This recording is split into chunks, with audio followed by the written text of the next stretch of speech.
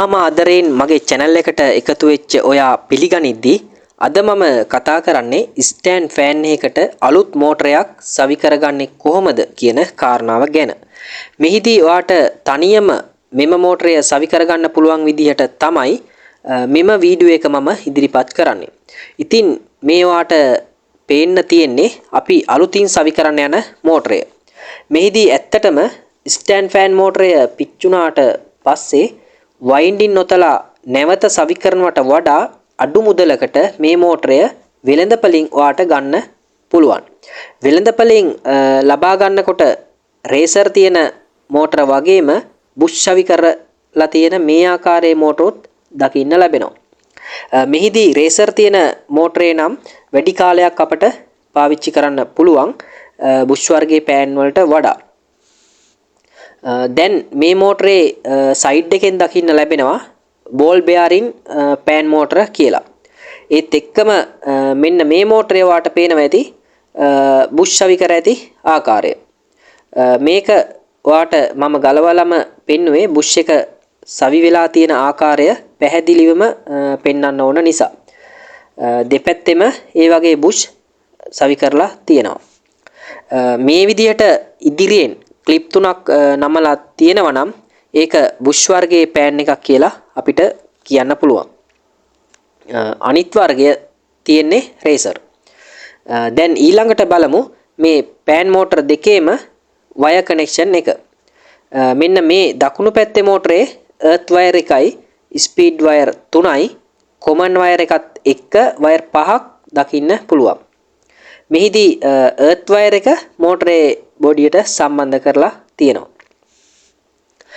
වම් පැත්තේ මෝටරේ common wire එකයි ස්පීඩ් වයර් 3කුයි විතරක් ඔයාට දකින්න පුළුවන්. මෙහිදී කොමන් වයර් එක විදිහට කළු වයර් එක තමයි සම්බන්ධ වෙන්නේ. අනිත් වයර් 3 ස්පීඩ් වයර් 3 විදිහට ගන්න පුළුවන්.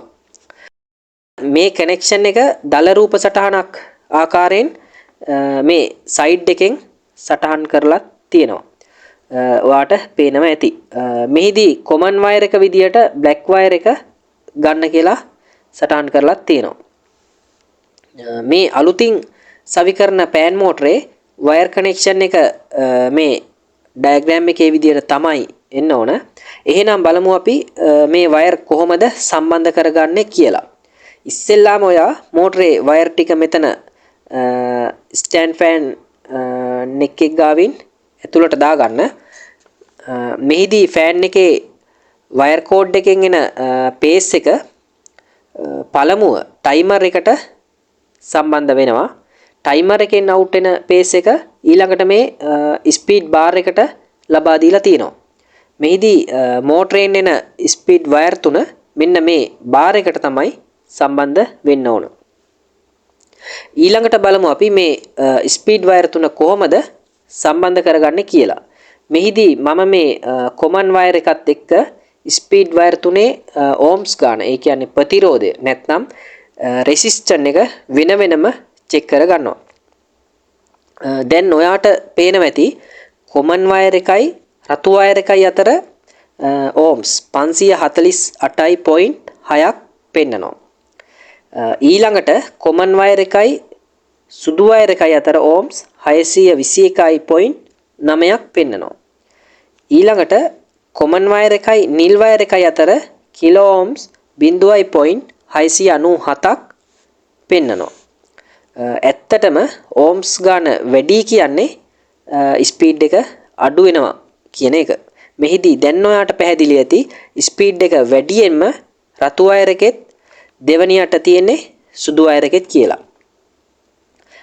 මෙහිදී නිල් එකේ ඕම්ස් ගාන වැඩිම අගයක් දකින්න තියෙනවා.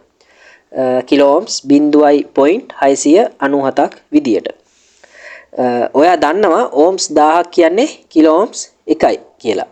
මෙහිදී 0.0 ගානක් පෙන්නුවත් නිල් වයර් එක ස්පීඩ් එක අඩුම වයර් එක විදියට තමයි දාලා තියෙන්නේ. ඒක ඔයාට පැහැදිලි ඇති කියලා මං හිතනවා. ඊළඟට මම මේ වයර් ටික ලෙට් කරගන්නවා. ඒත් එක්කම කොමන් වයර් එක පෑන් එකේ වයර් කෝඩ් එකෙන් එන නියුට්‍රල් වයර් එකට කෙලින්ම සම්බන්ධ කරගන්නවා. හරි එහෙනම් ඊළඟට ඔයා මේ ප්ලාස්ටික් කවරය වහගෙන එන ටික තද කරගන්න. දැන් ඊළඟට පෑන් මෝටරය කැරකවීමට අවශ්‍ය ගානට වයර් එකත් හදාගෙන පෑන් මෝටරය දෙපැත්තට කැරකවීමට අවශ්‍ය වන ක්‍රෑන් එකත් මේ ප්ලාස්ටික් ගියර් බොක්ස් එකට සවි කරගන්න ඕන. මේ ගියර් බොක්ස් එකත් මම ඔයාලට ගලවලා පෙන්නන්නම්. මෙහිදී ෂාෆ්ට් එකට වීල් සම්බන්ධ වෙලා මේ විදිහට තමයි ක්‍රියාකාරීත්වය සිද්ධ වෙන්නේ. දැන් තියෙන්නේ මේ ප්ලාස්ටික් ගාඩ් ලොක් එකේ ස්ක්‍රූවන් ටික දාගෙනම මෝටර් බැක් කවර් එක ක්ලිප් වලට තද කර ගැනීම. මෙහිදී මේ ඔසිලේෂන් නොබ් එකත් ඊළඟට ඔයා දාගෙන ස්ක්‍රූවැනය තද කරගන්න. ඉතින් මේ ස්ටෑන්ඩ් ෆෑන් මෝටරයක් ඔයාට ඉලෙක්ට්‍රිකල් ෂොප් එකකින් වගේ ගන්න පුළුවන්. දැන් නම් සමහර හાર્ඩ්වෙයාර් වලත් ගන්න තියෙනවා.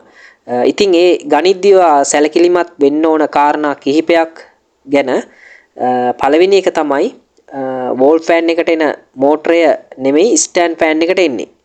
මොකද වෝල් ෆෑන් මෝටරය දෙපැත්ත කැරකවීම සඳහා කුඩා මෝටරයක් පිටුපසින් සම්බන්ධ වන අතර ස්ටෑන්ඩ් ෆෑන් එකකට එන්නේ ගියර් බොක්ස් එකක්. ඒ ගැන සැලකිලිමත් වෙන්න.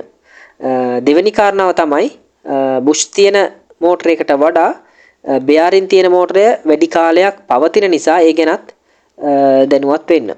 ඒත් එක්කම මෝටරය කැරකවීම වගේම ඔසිලේෂන් නොබ් එක තද කිරීමෙන් පෑන් මෝටරේ දෙපැත්තට කැරකෙනවද හැරවෙනවද කියලාත් බලන්න කියලා මතක් කරමින්ම මම සමුගන්නම් ඔයාට good luck.